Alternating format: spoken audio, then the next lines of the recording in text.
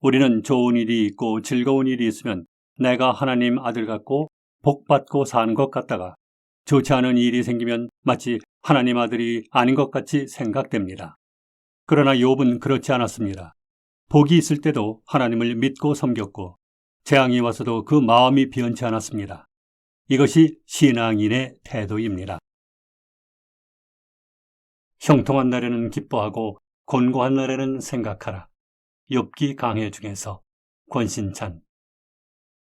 예레미야 애가 3장 26절부터 읽겠습니다. 26절에서 33절.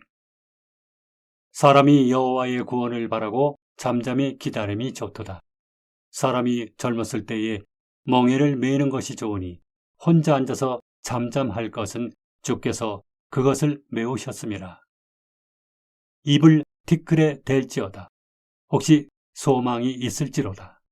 때리는 자에게 뺨을 향하여 수욕으로 배불릴지어다. 이는 주께서 영원토록 버리지 않으실 것임이며 저가 비록 근심케 하시니 그 풍부한 자비대로 긍휼히 여기실 것임이라. 주께서 인생으로 고생하며 근심하게 하심이 본심이 아니시로다. 사람이 젊었을 때에 멍에를 메는 것이 좋으니 라고 했습니다. 젊었을 때는 시련을 겪고 환난을 겪으면서 훈련받는 것이 좋다는 뜻입니다. 그리고 혼자 앉아서 잠잠할 것은 주께서 그것을 메우셨음이라 라고 했습니다. 어떤 시련이나 어떤 어려움이 주께서 메우신 것이라고 생각한다면 그것을 통한 사람의 인간성이나 인격, 신앙인으로서 받아가는 훈련도 주님이 위에서부터 주시는 것입니다. 그런데 33절에 주께서 인생으로 고생하며 근심하게 하심이 본심이 아니시로다 라고 했습니다. 하나님이 좋아서 그렇게 하시는 것이 아닙니다. 하나님의 자녀들이 걱정하고 괴로워하고 고통당하는 것이 보기 좋으셔서 그렇게 되도록 하시는 것은 아니라는 말입니다. 하나님을 믿는 사람이 그런 일을 당하면 하나님의 마음도 아플 것입니다. 그렇지만 하나님께서는 그 방법으로 하실 일이 있습니다. 사람을 훈련시키기 위해 하나님께서 그렇게 허락하시는 것입니다. 욥은 그러한 일을 당했을 때 하나님께 복을 받았은즉 재앙도 받지 아니하겠느뇨 라고 했습니다. 재앙을 받든지 복을 받든지 하나님께로부터 오는 것이라면 무슨 상관이냐고 했습니다. 참 굉장한 말입니다.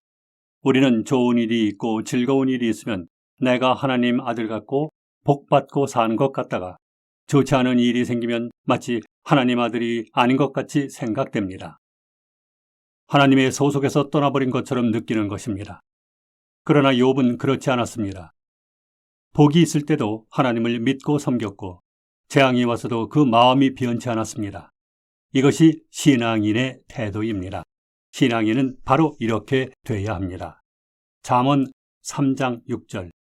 너는 범사의 그를 인정하라. 그리하면 내 길을 지도하시리라. 범사의 그를 인정하라 라는 말이 무슨 말인지 아십니까? 좋은 일이 있든지 좋지 않은 일이 있든지 괴로운 일이 있든지 손해보는 일이 있든지 그분을 인정하라는 것입니다. 은혜 시대를 살아가는 우리가 어떤 일을 당해도 주님을 인정하라는 말입니다. 이 일이 주님의 일이다. 주님으로 말미암은 일이다 라고 생각하라는 것입니다. 가령 우리에게 굉장히 걱정되는 일이 있어도 그 시간에 마음속에서 주님을 인정하면 그 일이 문제가 되지 않습니다.